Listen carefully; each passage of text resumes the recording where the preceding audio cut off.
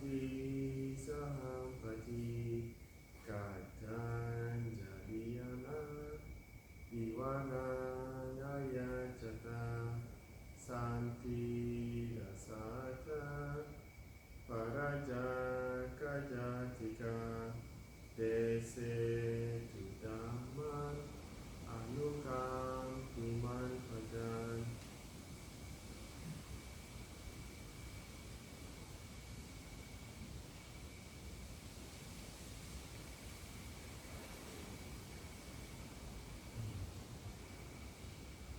Brahma God Sahampati, Lord of the world, with palms joined in reverence, requested a favor. Beings are here with but little dust in their eyes. Pray to teach the Dhamma out of compassion for them. นะโมตัสสะภะคะวะโตอะระหะโตสัมมาสัมพุทธัสสะนะโมตัสสะภะคะวะโตอะระหะโตสัมมาสัมพุทธัสสะนะโมตัสสะภะคะวะโตอะระหะโตสัมมาสัมพุทธัสสะบุตถังธัมมังสังฆังนะมัสสามิ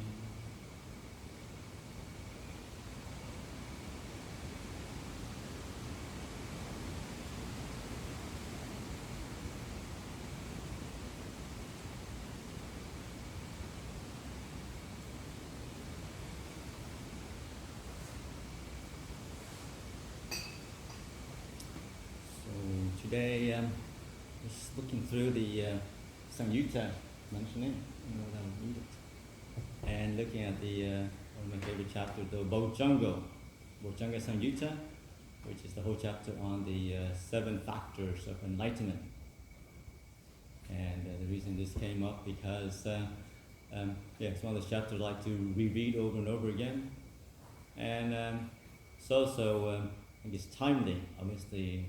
In the era of coronavirus, has to do with sickness, and as some of you may know, the Bojjhanga is a very famous sutta, chanting that is especially for traditional Buddhists.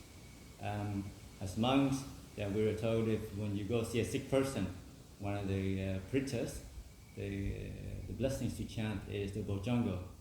Because legend has it, and you read in the Bojjhanga Samyutta, and in the time of the Buddha, some of his famous disciples, I think it was Mahamoggallana, Sariputta, I think another one of the close disciples were sick, and the Buddha would send Ananda to go there, and he would chant the Bojjhanga Samyutta, Bojjhanga Paritta, and they will become well again. So it's quite famous for that. And but I think other than just the faith aspect of it, there's also a lot of Dhamma in the teaching of the factors of enlightenment for practitioners. And it's like I said, it's the Bojjhanga Samyutta. It's the factor to awakening. Obviously, we're all here practicing, and hopefully the purpose of our practice is to awaken, to lessen our suffering, but to attain the ultimate happiness. And the factors of enlightenment is something that I think it's one of the main teachings to help us towards that goal. And the thing that brought to mind was most of you were discussing a couple of times in the morning. Obviously, the Buddhist path is very varied and has lots of perspectives and lots of ways we can approach lessening of suffering, increasing sense of happiness, a way towards wholesome states and away from unwholesome states. And there are things that the Buddha talked about that sounds a bit magical, fantastical, devas and unseen beings and nagas and different realms that we cannot experience firsthand. So sometimes it has kind of mystical of this worldly kind of thing that's kind of stretch your faith if you're not from a Buddhist background. And we can go on about, is there an afterlife? Is there these other beings or not? And it's neither here or there. Because you have faith, you believe that there is, and you don't have faith, you just explain it by scientific terms. But just to kind of a good simile I heard once was that the teachings on the different realms. It's also similar like you see in modern physics. Obviously there's the day-to-day truth that you see there's such a floor here. The sun rises, Earth is round. There are laws of gravity that we can experience. We know for ourselves that we can do tests. We can see that every one of us can do the same test and can see the same results. But also there's things that's beyond the human eye can pick up. Wavelengths, sounds, human ears can pick up. Doesn't mean they're not there. There are instruments that can measure them. They're also there. So likewise, in the realms of the spiritual realms, there are things that just because we can't experience firsthand doesn't mean they don't exist. But in any case, there's still something that we just leave at the side. The main teaching of the Buddha was the Dhamma is actually very logical.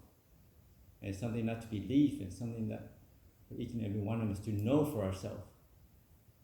And what strikes me when I was reading this chapter was, one of the main teachings the Buddha gave during this, the Bojjhanga, is to teach on nutriment. So, as you know, Buddhism, the heart of Buddhism, is about cause and effect. Sure, we all want to be happy, or be free from suffering. But as the Kruba Ajahns, the Buddha reminds us over and over again, wanting is only part of the equation. We have to do things, establish the causes for the happiness, establish the causes for the end of suffering. For that to happen, it doesn't happen by itself, it's not by chance. Because reading this morning from Ajahn Chah is about watering your plant. There's two trees, the wholesome and the unwholesome, you can say, wholesome states of mind. You water one, fertilize one, take care of one, you don't look after the other. There's no question which one survives, which one doesn't. So regarding the teaching of the Bojjhangas, the factors of awakening, they also exist on nutriments. Buddha says, just as the body exists through food, so are the factors of awakening. But actually it's also the factors, everything exists based on causes and condition. The 5 hindrances, Buddha also reminds us, also exist based on nutriments. So first, what are the first 7 factors of awakening? Is sati, mindfulness. Second is Dhamma vichaya, is Dhamma reflection. Third is virya, energy. Fourth is pasadi. Piti, thank you. Fourth is piti. 5 is pasadi, which is piti is rapture. Pasadi is calmness of the body. And 6 is samadhi. Is obviously stillness. Some people concentrate concentration, stillness. And the 7th is equanimity.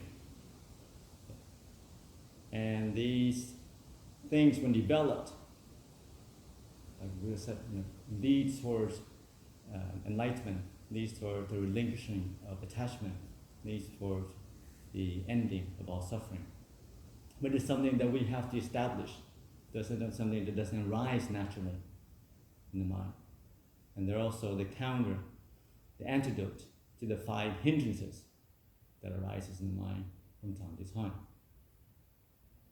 And the Bojjhanga is, like I said, it's different qualities. Some people might know, sometimes the Buddha described it as a progression in the mind. First, sati, you have mindfulness, you have care and attention.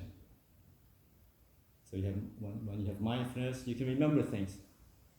And one thing that the Buddha directs us towards that is also a reflection of Dhamma. So you have mindfulness, you hear the teaching, you read it, you look at the video, and you remember it, and you reflect on it. Reflect on the different teachings, the Dhamma Vichya. When you reflect on the Dhamma, energy arises. You have faith. So energy arises, you have rapture. Rapture, once piti, you have rapture, then you have pasadi. The mind is happy, the body is relaxed. And because the mind is happy and the body is relaxed, samadhi happens. And that's the point that I want to linger on. So many of us approach samadhi as a technique. If I watch my breath, every single waking moment, if I keep going butto, butto, butto, I have samadhi. If I bang away at the breath, I have samadhi. It's good to reflect. The samadhi, the condition, the causes of samadhi, the things that goes before samadhi, it's not willpower, it's not how many hours you put in, although that might be helpful. But it's piti and samadhi and pasadi. So it's rapture and happiness.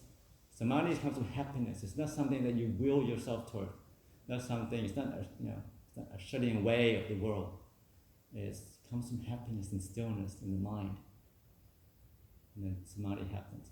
And when the samadhi happens, stillness, concentration, then equanimity happens. So that sometimes the one is a causal reaction of the other. Equanimity doesn't rise from gritting our teeth in the earth. This person is really annoying me, but I'm going to be equanimous. I'm going to be equanimous. I'm a practitioner of equanimous. That's not how equanimity, true equanimity happens. You can restrain unwholesome, obviously, actions of body, speech. But true equanimity comes from having a still mind. It doesn't come from willpower. So much of the practice, especially on a certain context, is that we're always doing things, we're always doing a meditation, we're doing equanimity. But what the Buddha taught is that these things arise as a result of the causes. Right? So you want to be equanimous, you have to develop your samadhi. You want to develop your samadhi, you develop the causes for piti and pasadi. Piti and pasadi comes from having energy, comes from reflecting on the teaching of the Buddha, and comes from having mindfulness. So those are the causes and conditions for these factors of awakening to arise. They don't arise because you're doing it. You don't do samadhi. You don't do equanimity. Those happens. Okay, so it's a good point to remember, because so much of our practice is get in there, me, my doing. The thing, and that comes from honestly a lot of delusion, a sense of self. But true practice happens when we start to see things clearly. When you see things clearly, understanding happens. Understanding, true wisdom happens. The defilements, the obstacles fall away by themselves. We're not banishing things. You get into argument with somebody, I'm going to let go, I'm not going to talk to this person, I'm letting go. I think there's a slight ill will behind that. True letting go happens when we can embrace and accept. And we're at peace. So as practitioner, one of the main things to progress on the path is honesty and acceptance in the present situation. If there's greed in the mind, accept that at the moment I'm having greed, and greed feels like this in the body, feels like that in the mind. At the moment, I'm feeling irritated. Sure, obviously the encouragement is not to blame. I'm irritated because that person is irritating me by doing really irritating things. Obviously that is the way of the world. As practitioner, we realize that might appear to be the case, but that's not it. We turn inward and say, well, why is irritation? Irritation feels like this in my body. We don't start to think about why the situation irritates you. We say, okay, irritation just feels like this. And what can I learn from this? instead of attributing something external that is causing your unhappiness. We're trying to investigate. We understand. Once that happens, you're free. True wisdom happens, then irritation goes away. But until then, they will arise from time to time. That's just the nature of the mind, the nature of the worldly conditions. There's happiness and there's suffering, arising from time to time. There's peace and there's confusion. There's praise and blame, gains and loss. But hopefully we're not being swayed by too much.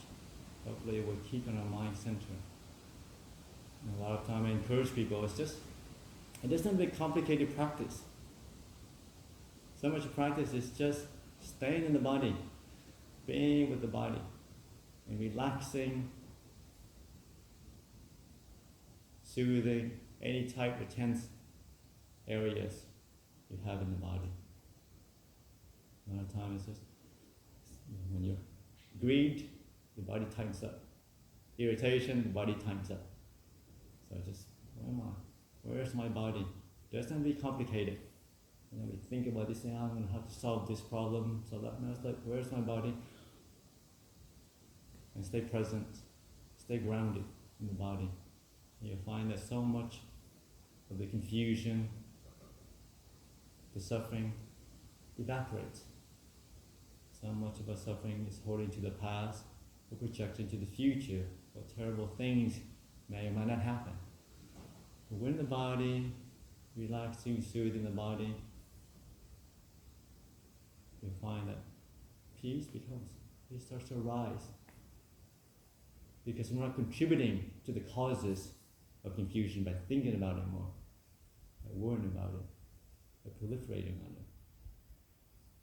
We're staying present, staying grounded.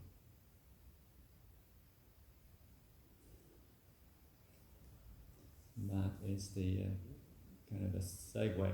But the other way to work with the 7 factors of awakening is to divide them into energetic factors and calming factors.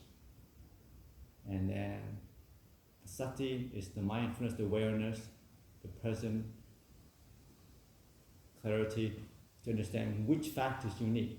In the morning, you're feeling a bit sleepy, then we develop the energetic factors, which is energy, rousing things, chanting quietly in your head, reflect on the Dhamma, Dhamma Vichaya, reflect on the Dhamma, wakes up the mind, and rapture, bring up things that brings up happiness in the mind. So those things that wakes you up, that energize the mind in the morning. You're feeling sleepy. But then maybe in the evening, doing work in the kitchen, involved in some project, mind gets stirred up. So you want to give focus, give attention to calming factors. And those are samadhi, obviously, passaddhi, tranquilizing the body, and equanimity, being equanimous. Things that leads towards calming. And I just like to remind people over and over again, remember, it's not about the training the mind. It's all about pointing the mind, the direction of the mind. What you're interested in is where the mind goes. You make your world. So we want to point the mind towards wholesome states. The mind is sleepy, you want to balance that a little bit towards more energetic factors. The mind is thinking a lot, wants to point the mind towards calming things that calms, towards emptiness, towards the moment awareness. So much things disappear, so much complication melts away. We're in the present moment. It's just a body, it's just this room, just things happening. So those are the different ways that we can use the 7 factors of awakening. So it can energize our practice to lead us to increasing sense of calm and clarity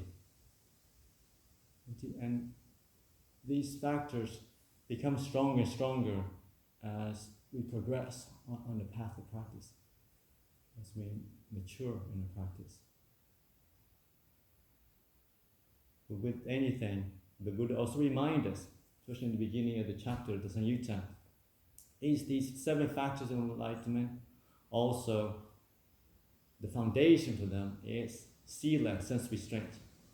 To empower the mind, we have to live a life that is blameless, that is harmless, that is virtuous. That's obviously something we're all established in doing.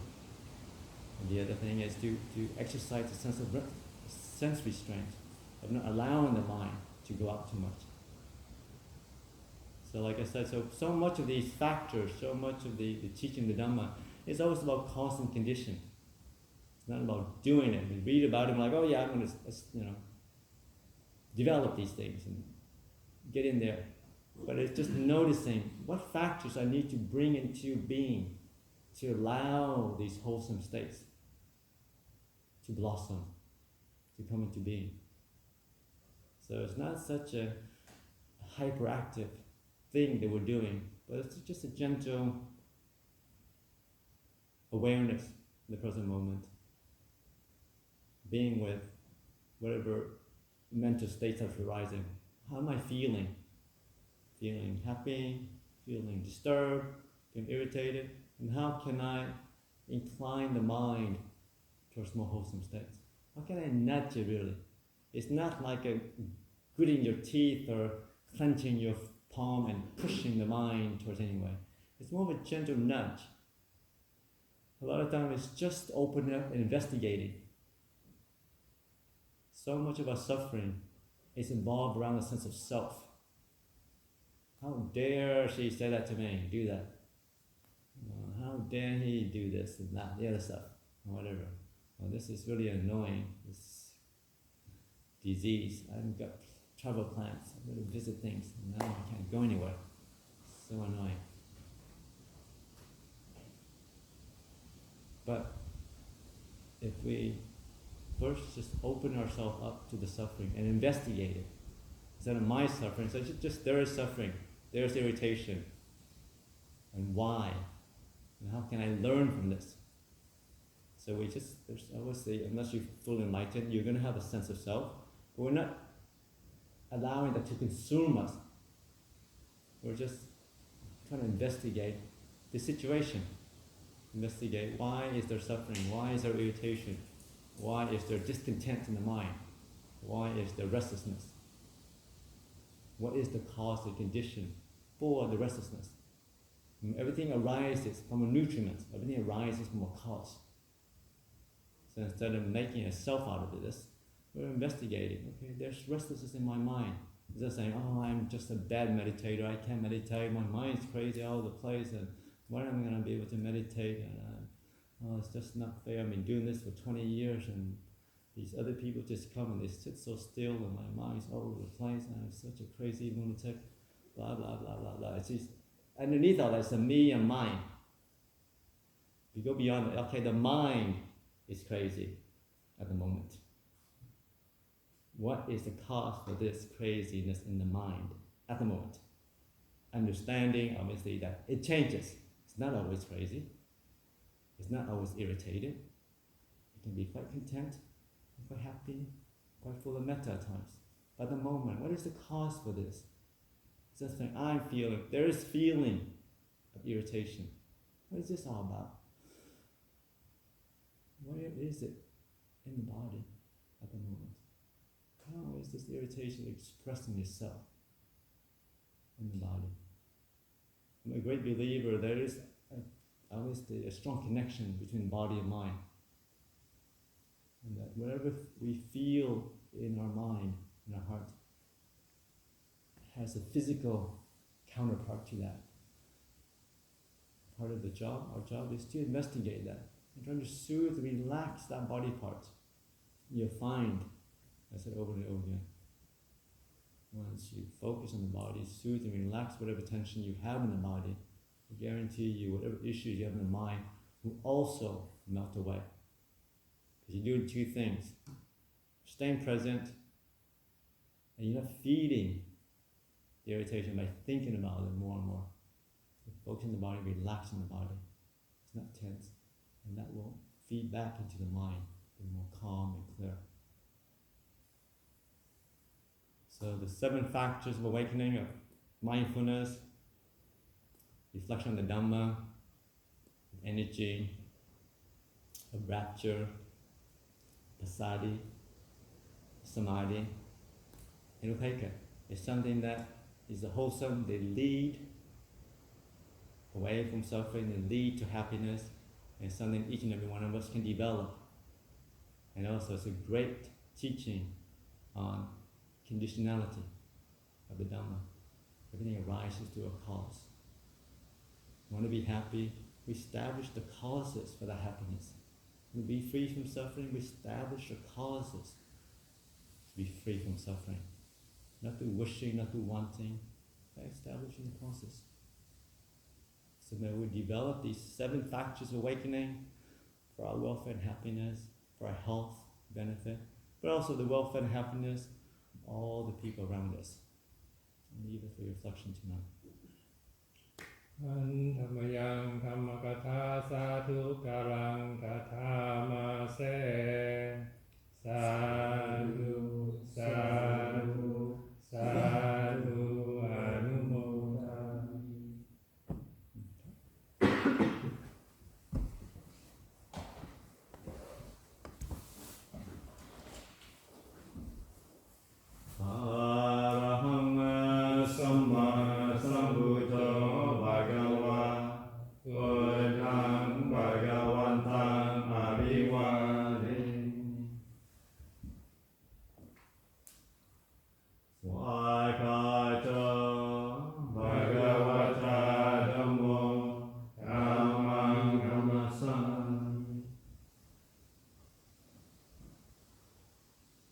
Supatipanna